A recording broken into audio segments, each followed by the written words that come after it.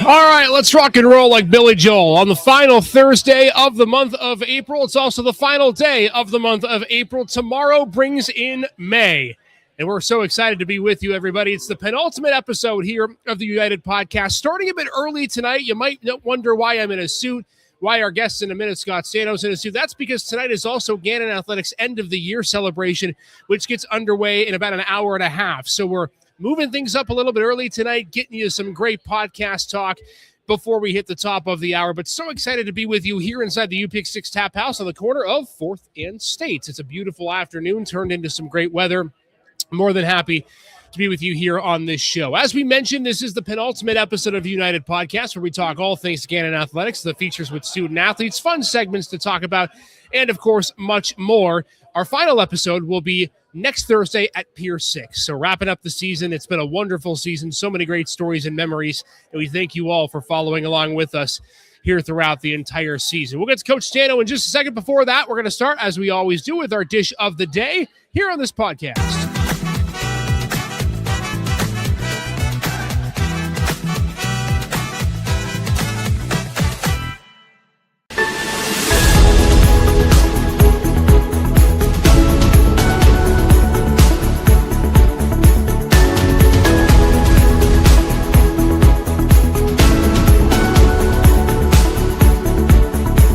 It is pepperoni pesto pizza, which is our dish of the day. You can get that and all dishes here at the Tap House every single day that they are open on the corner of 4th and State. All right, we're talking golf here on this podcast as we hit the penultimate episode. Spring sports playoffs are just around the corner. For golf, they've already had some. Some were a few months ago, some were last week. But here we are, joined by head coach Scott Stano, the two of us trying to look dapper. Is that a purple suit? It's a little maroon, little purple, little baby blue. Goes with the occasion, little stripe pattern as well. What's your go-to suit combo? Whatever my wife tells me. She's the boss. She's the one that tells me what to wear, and I'm going to wear it. That's the right answer. I feel like without my wife, I probably couldn't change my shirt the right way. So there you go. Good call on that. Spring sports playoffs is, of course, the theme of tonight. We're getting now into the real thick of things here. And for you, Coach, you've got 2 regionals coming up next week.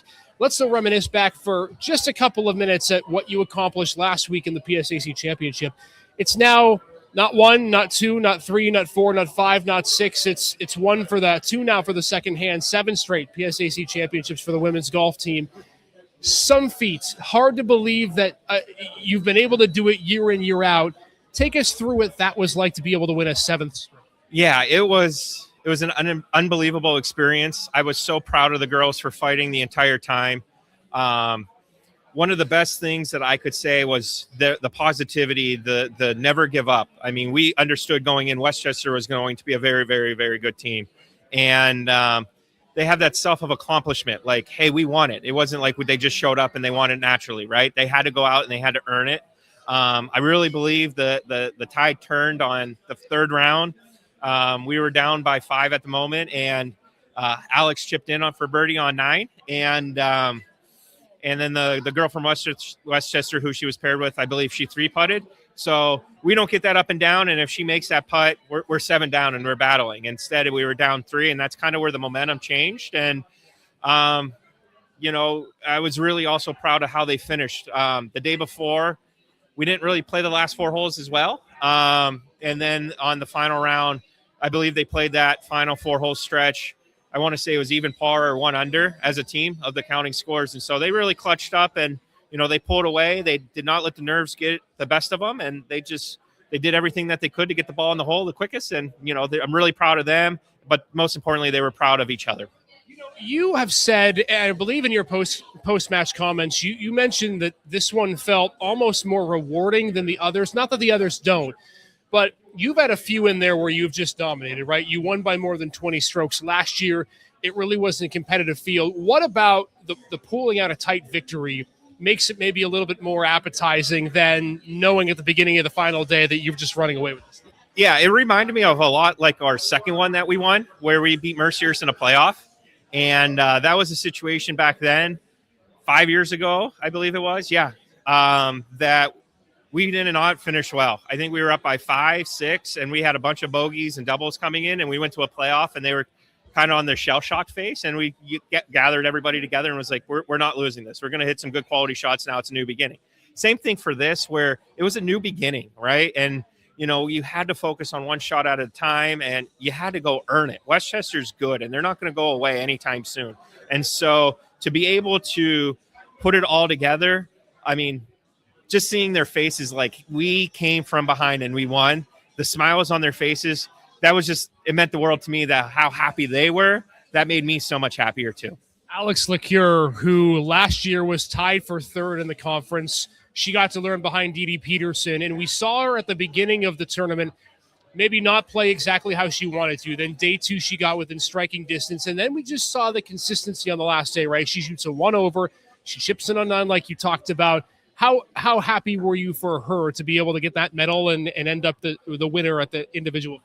Oh, I was so happy for her. We always joke around that saying our sophomores win. If you look back in the history, we had a Maria Arenas win, Sarah White won as a sophomore, Dee Dee won as a sophomore, and so now that Alex won as a sophomore, I was so happy. I mean, we have a nice sophomore trend going.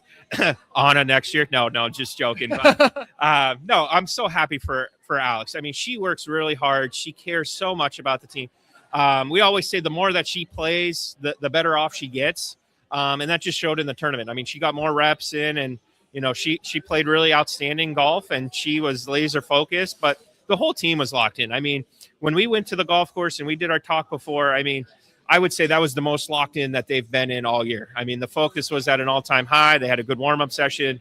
I mean, they were locked in, and hopefully we bring that lock in this coming week. And you mentioned it's not just Alex, but there were several other players in her freshman season. Anastasia Lopez ends up third. She was first for the first 2 days and probably for the first 9 holes of round 3 as well. Chloe Mateo was in the top 10, and then Victoria Colmenares, Emily Donahue were in the top 12. So everyone from your team was in a really good spot.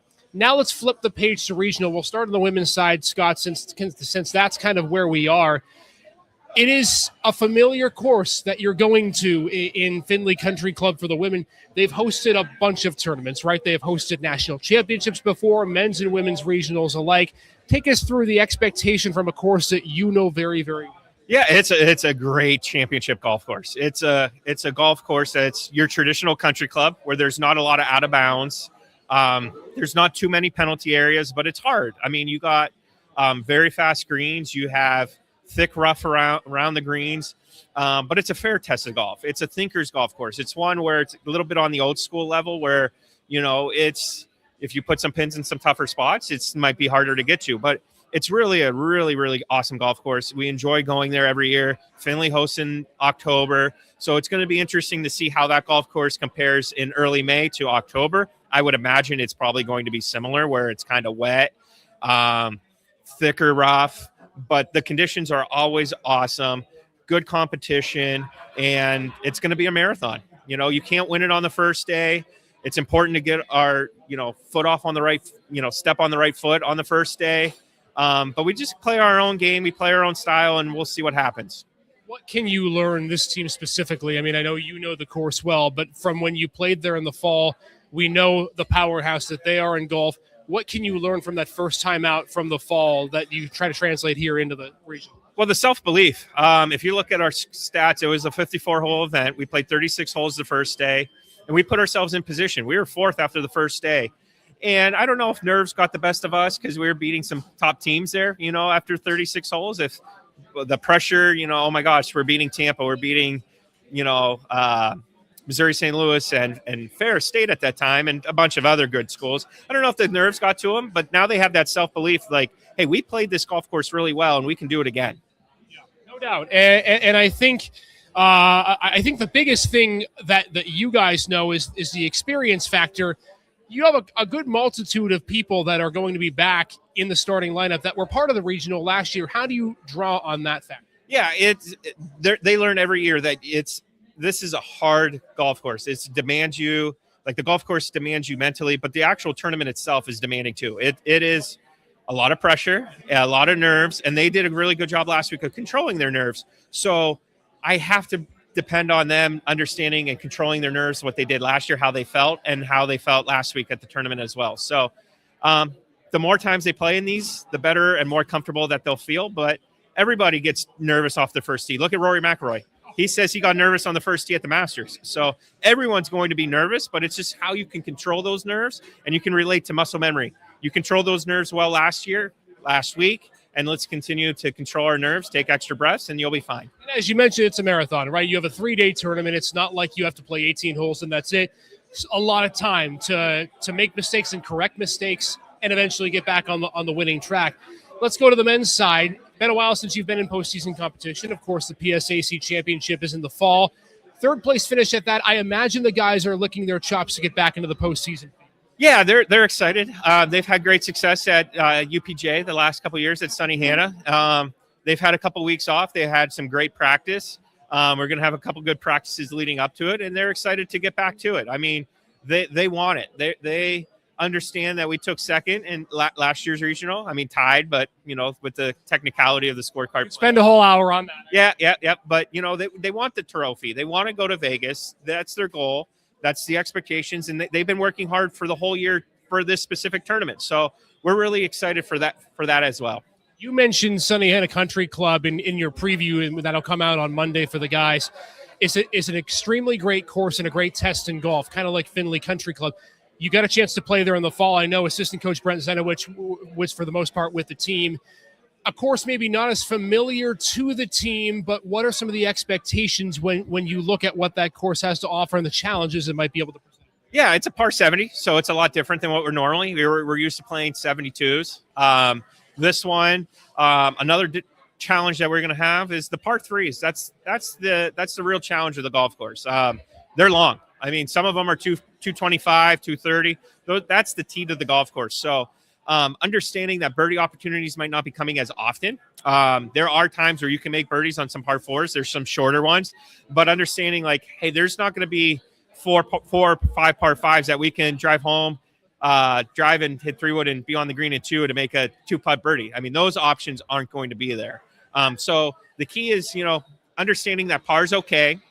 Bogey's fine. We'll make it up down the road, but we got to just eliminate the doubles. We can't take on the hero shots and thinking that, we're going to hit this over the tree. Like, it's okay to make a bogey. Bogeys are fine. It's the doubles that kill us. And we got to work on controlling that. And if we take care of that, the rest will take care of itself. To your point, you look at last year's regional for the guys, only 2 players were under par, right? Rasmus Seppinen was one of those guys.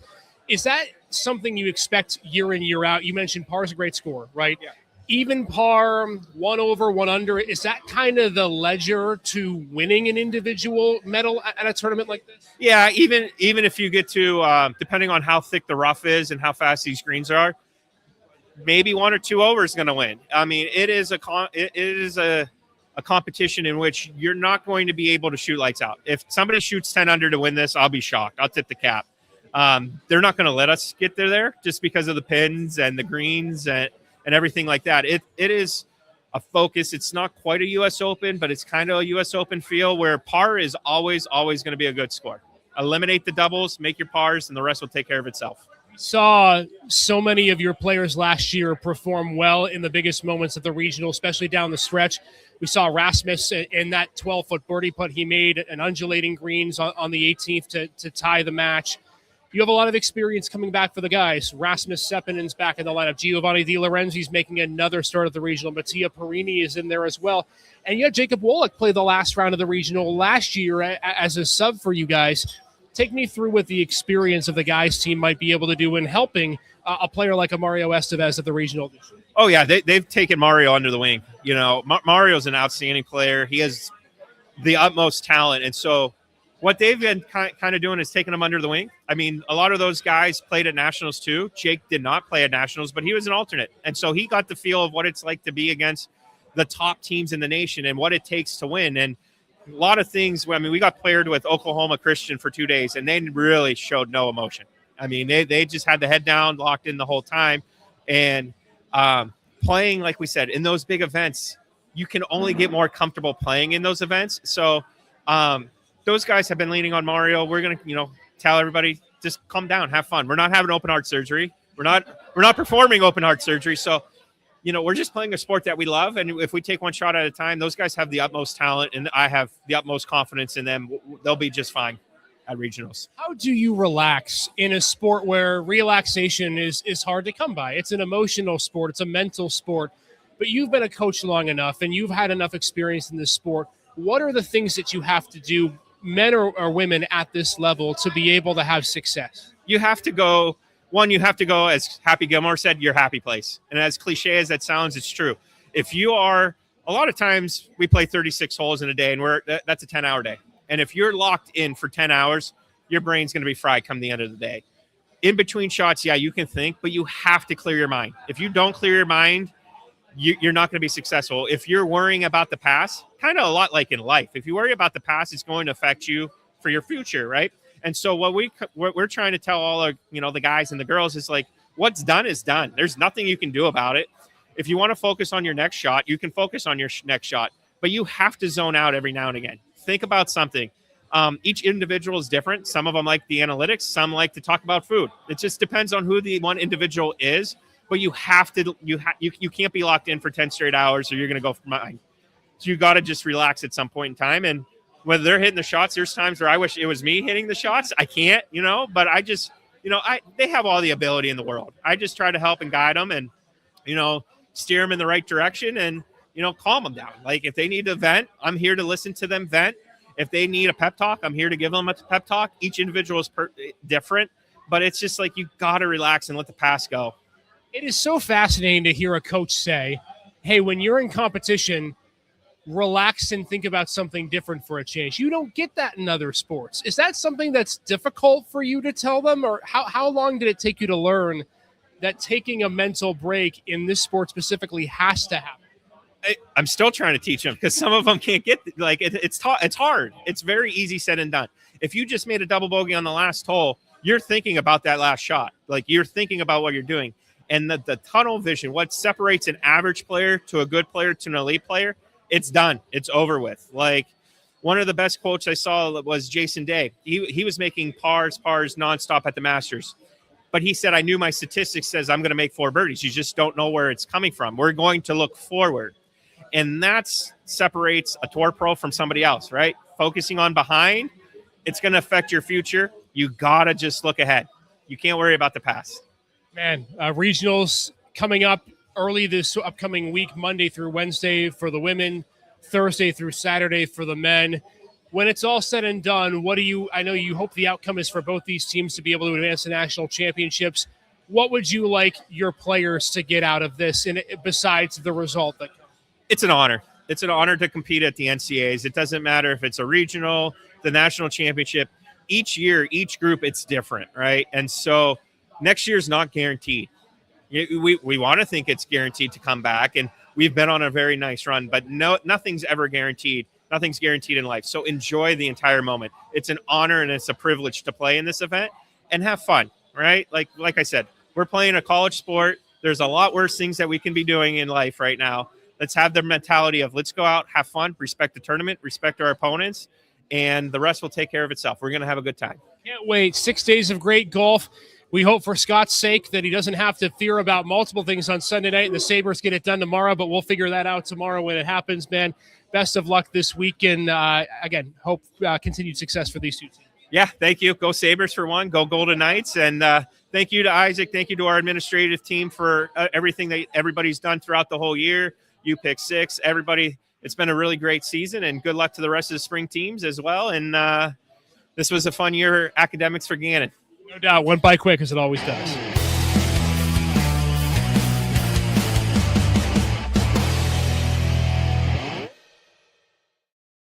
All right, here is what is on tap for this upcoming weekend and subsequently next week. As we talked about, you see down at the bottom, this is next week for women's and men's golf, but it is postseason regionals for these two teams. Women's golf Monday through Wednesday will be in Findlay, Ohio at the Findlay Country Club for the NCAA Division II East Regional, Monday through Wednesday. The women, they'll be traveling this weekend to get to participate in some practice rounds for the Golden Knights. On the men's side, next Thursday through Saturday in Johnstown, PA, that's where the Sunny Hannah Country Club is located.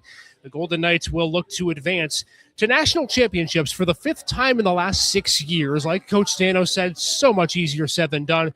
But Gannon looking to make that happen coming up in just a few days from now. Schedule change for softball. This is coming on the air. Didn't get a chance to update the graphic, but we will update you with what is going on in the softball world. The Friday doubleheader at Edinburgh is being moved. That Friday doubleheader, because of expected weather, moved from Friday to Sunday at 12 and 2 p.m. So the Golden Knights will actually finish out their season at Edinburgh, at least the regular season, that is, with games at 12 and 2 p.m. The home games against Slippery Rock on Saturday remained the same. Gannon will close out the home regular season slate at home against Slippery Rock at 1 and 3 p.m. on Saturday. Baseball is just wrapping up a doubleheader as we speak against Lockhaven. The Golden Knights got the win in Game 1 by a final of 10-1, and it looks like Game 2 just went final, and Gannon won that one as well. A 6-5 final. Golden Knights get the victory over Lockhaven. So 2 huge wins for Gannon as they continue to try to climb the rungs of the ladder as the PSAC tournament comes into focus. They'll also be at Lockhaven tomorrow at 1 and 3:30 p.m. We'll let you know on our website, GannonSports.com, if those game times get changed because of impending weather. So that's what's on tap for Gannon Athletics over the course of the next week or so. Of course, excited for our end-of-the-year celebration as well here in the next hour or so for Gannon Athletics. Couple of announcements that we want to bring to you as well. Of course, our end-of-the-year celebration will include our Play of the Year, Photo of the Year, Male and Female Student Athlete of the Year, and several award recipients, including the Doc Beyer Award. Congratulations to Josie Spano and Shota Toyama of softball and men's soccer for winning our Doc Beyer Award. They'll be honored tonight at the end of the year celebration. Gannon Athletics continues to do very well in every single program. Right now, the Golden Knights, if you haven't heard, are 6th in the updated Learfield Directors' Cup standings. That's through the winter 2025-2026 season. Gannon just continuing to do what they continue to do. It has been a great athletics year so far, and we're more than thrilled to be able to continue the great success that we have seen on a game-in and game-out basis for the Golden Knights. And again, the community is such a big part of it as well. All right, in just a couple of minutes, we're going to get to our Play of the Month, brought to you by John Russell Hospitality. What play throughout the month of April took home the cake? You're going to want to see that. Before we get to that, though, wanted to show you a fun segment that we did with one of our softball players, Emily Spears. We did this with baseball as well, but we've heard of the mic'd up segment, right, in practice or off the field. But this time around, we mic'd up a player during a game. Emily Spears was kind enough to let us put a mic on her for a few minutes, and we're excited to be able to showcase what that looked like right now. Mic'd up right now. All right, Coach Chet trying to make me move today.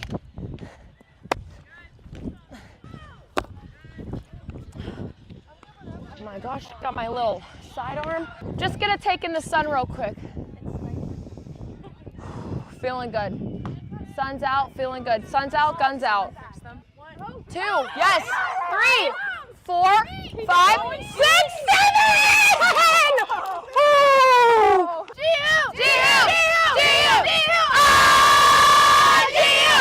Gooba. 9! Got my twin in right field. There you go! Yeah, Joes! Hey, way to work. Let's go. That's a good piece, but not enough.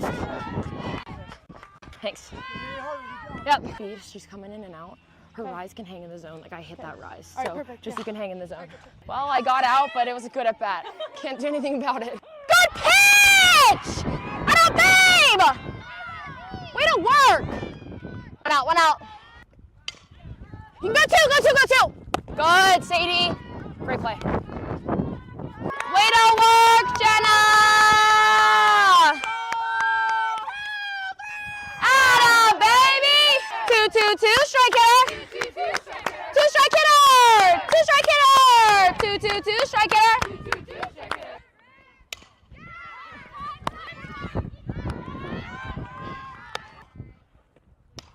Got it. Ball! Oh, I got that on the mic, don't worry. Too easy for Emily Spears. Yes! Way to work, Joe. Way to be. Our thanks to Emily Spears for joining us for our mic'd up segment that we had last week in their games in conference over the weekend. It was an awesome opportunity and experience to be able to show you what the sights and sounds of an in-game player are like for our Golden Knights student athletes. So thanks again to Emily for putting on the mic for us for a few innings. Hey, guess what came to me as we were showing the segment? Oh, look at this. The pepperoni pesto pizza. You might see I already took a bite of it as well. It's our dish of the day today at the UPick6 Tap House. It's an absolutely delicious dish. I'm about to devour this entire thing when we go off the air in a couple of minutes here. Exactly what it says. Pepperoni, pesto inside the pizza as well. Just a delicious dish. The pizzas, flatbreads here at the Tap House and at John Russell Hospitality are absolutely top tier, top notch. So just make sure that you head over there today on the corner of 4th and State Street to get your pepperoni pesto pizza, our dish of the day. And of course, every day the Tap House is open here in downtown Erie. Not a bad thing on the menu. Everything is delicious. So excited to be able to continue to present these dishes of the day each and every single week. All right, hey, before we let you go here, as ahead of our final show coming up next week, I want to showcase our play of the month brought to you by John Russell Hospitality. We showcase one play that was a little bit above the rest in terms of theatrics, excitement, and importance. Really tough choices this month of April, but a play that might be familiar from our top 5 plays of the week a couple of weeks ago takes the cake. Take a look at our play of the month.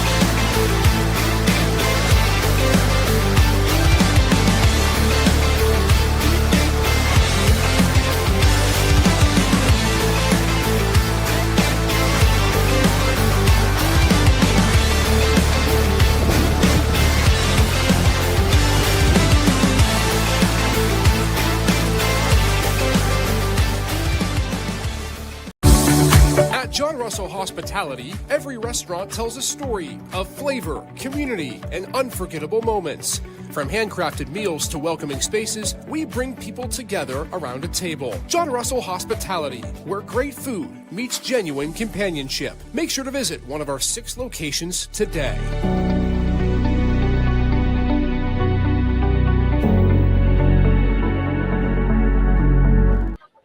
All right. Again, our thanks to John Russell Hospitality for sponsoring our UPick6 Play of the Month. And, of course, we'll continue to have more UPick6 and John Russell Hospitality sponsored segments for you on our digital media airwaves as we continue along throughout the summer, even when the podcast comes to a close. All right. Busy night tonight of events, as we talked about. We're going to get to our end of the year celebration in just a little bit as well, but we still have one more podcast to go next week, and we'll tell you about that in a minute. But before we do, I want to give a big thank you to everybody who supported our Gannon Athletics Day of Giving. Of course, last week we talked about it and how important of a day it was for Gannon Athletics, and we're proud to announce that this year we absolutely shattered our goals for Gannon Athletics Day of Giving. One of the highest, I believe the highest, we've ever received in terms of gifts from Gannon Athletics, over $140,000 between gifts, donations, and support from the community. We cannot thank you enough for your generosity and dedication to Gannon Athletics, and we promise to you that we will be sure to put these gifts to incredible use to help our student athletes perform at the highest level, both on and off the field of competition. So again, a huge thank you from all of us at Gannon Athletics for your support of Day of Giving. All right, we got a big show coming up for you next week. It is our final show of the 2025-2026 season, our 32nd episode, which will be held coming up at 6 o'clock on Thursday, May 7th. It's going to be at Pier 6 Rooftop Bar and Restaurant in downtown Erie. Make sure to show up and show out for that. We'll be talking to a bunch of different coaches, reminiscing on the year that was and getting you set for what we can expect next year, because if you can hardly believe it, it's already around the corner as well. So make sure to join us live in person at Pier 6. Get a great dish, enjoy the atmosphere and the vibes, and that ring in the end of the podcast season with us coming up next week. We hope you have a wonderful rest of the month of April, which has about 6 hours left in it, and ring in the new month of May in the right way. Have a wonderful rest of your evening, everybody. This has been the United Podcast, our penultimate episode, brought to you in part by our friends at John Russell Hospitality.